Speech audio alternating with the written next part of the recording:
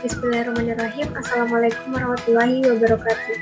Perkenalkan, nama saya Widya Windy Gusti dengan NIM A1C220061 dari kelas R002 Prodi Pendidikan Matematika. Baiklah, pada kesempatan kali ini saya akan mencoba melakukan sebuah praktikum di mana praktikumnya itu mengenai gesekan pada bidang datar. Nah, sebelum memulai praktikum, saya akan membacakan tujuan dari praktikum kali ini.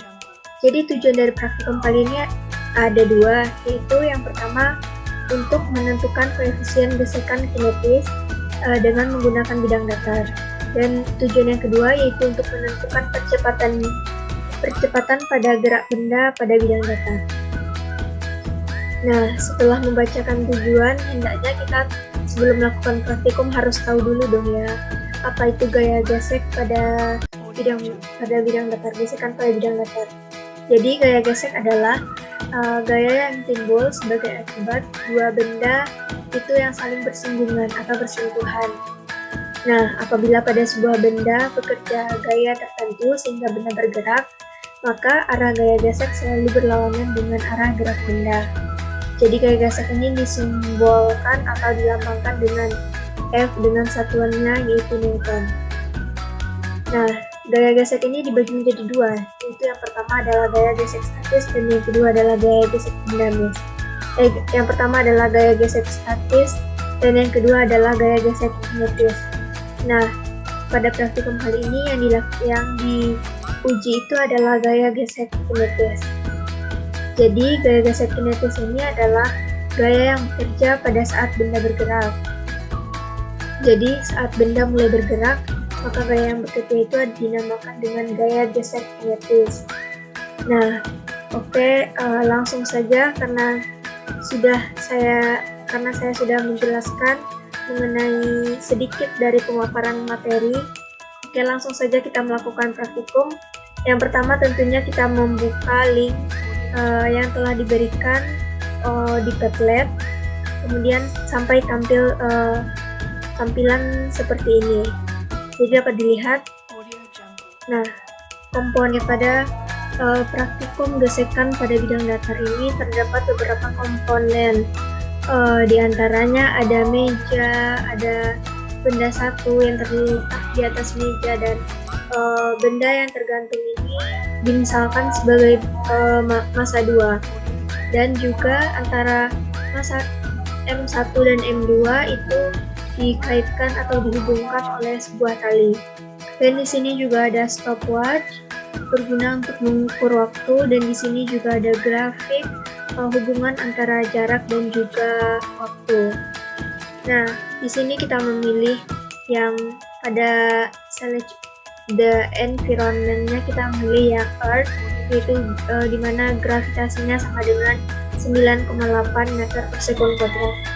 Nah, jadi kita akan melakukan praktikumnya dengan 3 kali percobaan sesuai dengan yang ada di penuntun, di mana yang pertama itu langsung saja kita lakukan percobaannya, di mana pada penuntun diminta untuk M1 itu bernilai 100 dan juga M2 bernilai 200.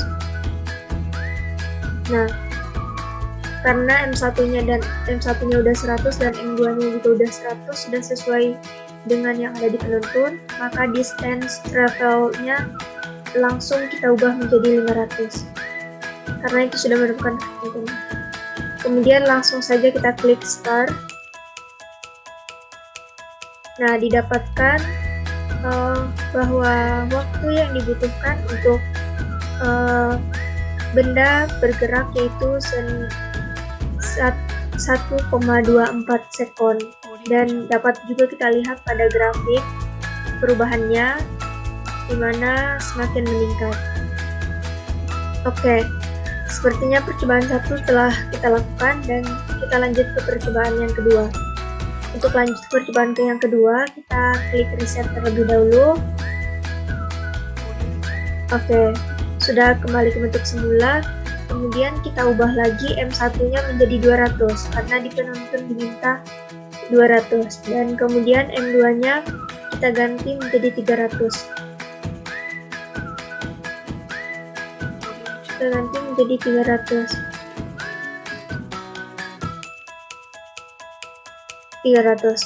Dan jaraknya juga tetap menjadi 500. Jaraknya menjadi 500, kemudian langsung saja kita klik start. Dan ternyata pada saat M1-nya 200 dan M2-nya 300 itu waktu yang dihasilkan, waktu yang ditempuh adalah sebesar 1,3 sekon. Dapat juga kita lihat, kita perhatikan grafiknya, grafik hubungan antara jarak dan juga waktu. Kemudian karena percobaan 2 telah berhasil kita laksanakan, langsung saja kita klik reset untuk mencoba percobaan yang ketiga. Nah, pada percobaan yang ketiga ini di penuntut diminta untuk M1-nya itu kita buat 300 dan M2-nya kita buat 400. Dan sama juga distance-nya atau jaraknya tetap kita buat 500. Kemudian langsung saja ya kita klik start. Dan ternyata pada saat M1-nya 300 dan M2-nya 400 itu waktunya yang dibutuhkan adalah 1,34 sekon. Dan juga dapat kita lihat grafiknya, ini grafik hubungan antara jarak dan juga waktu. Oke, mungkin sekian saja praktikum yang dapat saya lakukan. Pada hal ini dapat kita beri kesimpulan bahwa jika M1-nya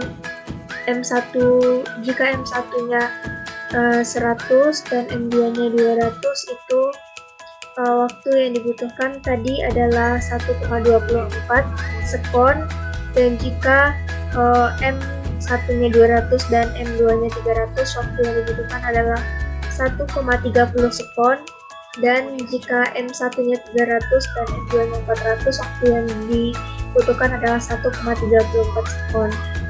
Jadi mungkin sekian yang dapat saya sampaikan. Terima kasih atas perhatiannya dan mohon maaf apabila ada kesalahan.